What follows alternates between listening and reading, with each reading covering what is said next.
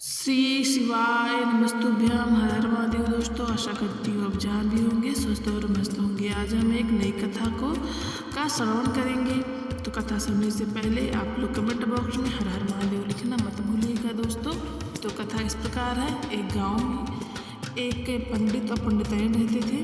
पंडिताइन की शादी हुए बहुत दिन हो चुके थे, वो माँ नहीं बनी थी, उनकी कोई भी संतान नहीं थी। बहुत दिनों के बाद उनके घर में जो है खुशी आने वाली थी, पंडिताइन माँ बनने वाली थी। तो पंडित उनका बहुत ही ख्याल रखते थे। पंडिताइन जो भी कहती थी उनकी बात वो बहुत मानते थे। एक दिन पंडिताइन ने बोला कि आज आप जाइएगा तो जजमान के यहाँ से दूध लाइएगा, तो आज शाम को हम खीर बनाएंगे। पंडित चले गए और इधर पंडित के घर छत के ऊपर एक चिड़िया और एक चिड़ा का जोड़ा रहता था। जो चिड़िया भी पेट से थी, वो भी जो है अपने चिड़े से कह रही थी कि पंडिताइन खीर बनाएंगी और मैं भी खूब मन भर कर खाऊंगी। चिड़ा बोला, हाँ ठीक है, तुम मन भर कर खाना, और जो मेरा हिस्सा मुझे देंगी खाने के लिए पंडिताइन, उसे भी मैं तुम्हें ही दे दूँगा, तुम उसे भी खा लेना।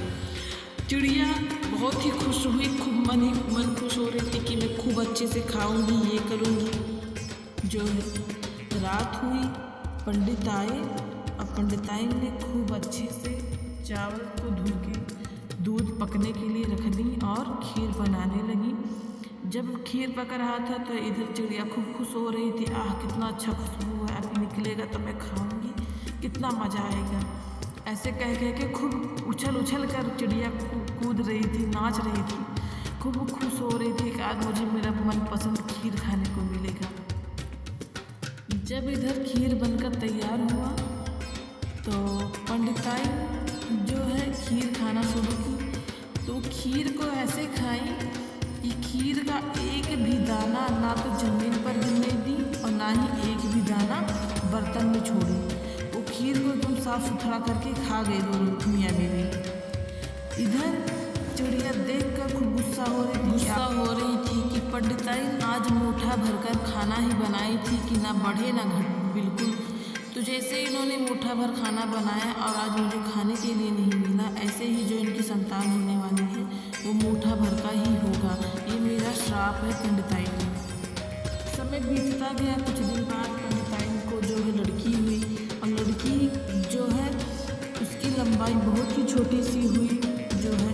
तो सभी लोगों ने कहा पंडिताइन से कि क्या पता अभी छोटी है और जब खाएगी पिएगी बड़ी होगी तो इसकी हाइट बढ़ जाएगी। समय बीतता गया। अब पंडिताइन की लड़की जो है 2-3 बरस की हो गई। वो जहाँ भी जाती लोग उसे मुट्ठा कह के चिढ़ाते थे। पंडिताइन एक दिन पानी भरने के लिए कुएं पे गई तो वहाँ पर जितनी भी जनानियाँ थी बोल रही थी, मुट्ठा तुम्हारी मम्मी को जो है बहुत लेट कर दिया आने में। तो पंडिताइन उधर से आ ही रही थी, उन्होंने सुन लिया कि मेरी लड़की को सभी लोग मुट्ठा कह के चिढ़ा रहे। औरतें भी बच्चे भी वो लड़ाई करने लगी कि मेरी बेटी को सब लोग मुट्ठा क्यों कहते हो। तो औरतों ने कहा तब अपनी लड़की का कोई अच्छा सा नाम रख दो, जब उसका नाम भी तो नहीं रखी हो, उसका नाम ही मुट्ठा है। तो पंडिताइन ने अपनी लड़की का नाम जो है फिर रानी रख दी। लेकिन फिर भी सब जो है लोग उसे रानी ना कहे, मुट्ठा ही कहते चिढ़ाए। पंडिताइन की बहुत बेइज्जती हुई। सभी लोग कहे अरे हुआ भी तो हुआ तो मुट्ठा करके लड़की। पंडिताइन बहुत दुखी रहती थी। एक दिन पंडित से बोली कि आप इस लड़की को जाओ कहीं जंगल में छोड़ आओ, क्योंकि इसकी वजह से मेरी बहुत बेइज्जती होती है। पंडित गुस्सा हो गए, बोले एक तो इतने दिन के बाद हमारी संतान है, ऊपर से तुम कह रही हो कि इसे छोड़ाओ। पंडित तो उसे उस दिन डांट दिए। फिर कुछ दिन बाद फिर पंडिताइन को ऐसे लोग सुनाए। फिर वो एक दिन दम अड़ गई कि आज इस लड़की को छोड़ के आओ, मेरी बहुत बेइज्जती होती है, नहीं तो मैं मर जाऊँगी, जीऊँगी नहीं। पंडित सोचे कि ये मर जाएगी तो क्या फ़ायदा होगा, क्या पता अगर संतान होगी तो दूसरी भी हो जाए। तो पंडित भी बहुत सोच समझ के गए, अपनी लड़की को एक घने जंगल में छोड़ आए। उस जंगल में एक जो है शंकर जी का शिवलिंग था। तो उस मंदिर में उस शिवलिंग का वो लड़की जो थी मुट्ठा, वो हमेशा उनका पूजा करती रहती थी। वहाँ साफ सफाई करना शुरू कर दी तो वहाँ पर बहुत सारे लोग आने लगे। लोगों के आने जाने से जो उसे खाने पीने के लिए भी मिल जाता और उस मंदिर में वो रहती थी। समय बीतता गया। वो मुट्ठा जो धीरे धीरे बड़ी होने लगी। अब मुट्ठा जो है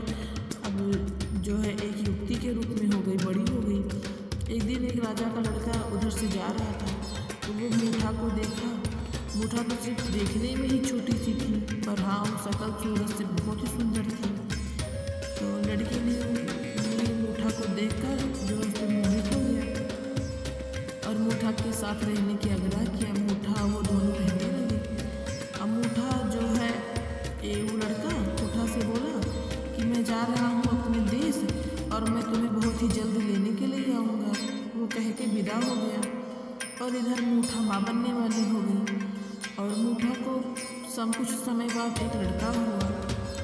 जो मूठा और उसका लड़का उस मंदिर में रहने लगे और मूठा हमेशा दुखी रहती थी कि वो कब आएंगे अब मैं माँ बन गई हूँ। और जो लोग भी थे वो भी उसे ताना मारते थे और लड़के जो वहाँ खेलने आते थे मंदिर के आसपास, एक दिन मूठा के लड़के को उठा के मंदिर के छज्जे पर रख दिए लड़कों ने। मूठा को परेशान कर रहे थे और सारे लड़के वहाँ से चले गए। फिर मूठा खूब ज़ोर ज़ोर से रोने लगी क्योंकि मूठा इतनी छोटी सी थी कि वो मंदिर के छज्जे को पकड़ नहीं पा रही थी और ऊपर से उनका लड़का रो रहा था, नीचे बैठकर मूठा रो रही थी। ऐसे रोते रोते जो है शाम हो गई। मूठा अपने लड़के को ऊपर से पकड़ ही ना पाए, ना उधर से मंदिर के पास से कोई आए जाएगी कोई उतार दे। कुछ टाइम बाद जो शाम हुई, बहुत सारी औरतें जो है जंगल से की तरफ से लकड़ियाँ तोड़ के लौट रही थी। तो उन औरतों ने मूठा को देखा, मूठा रो रही है। तो मूठा के लड़के को ऊपर से उन्होंने नीचे उतार दिया और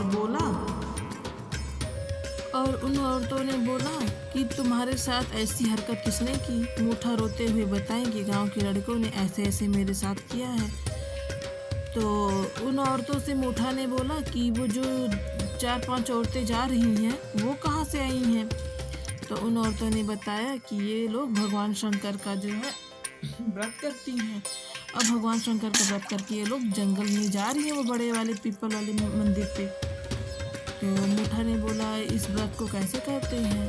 तो उन औरतों ने भगवान शंकर के 16 सोमवार के बारे में बताया कि ऐसे ऐसे करना चाहिए। तो मूठा ने उनकी बात सुनी और उस व्रत को मूठा भी करना शुरू कर दी।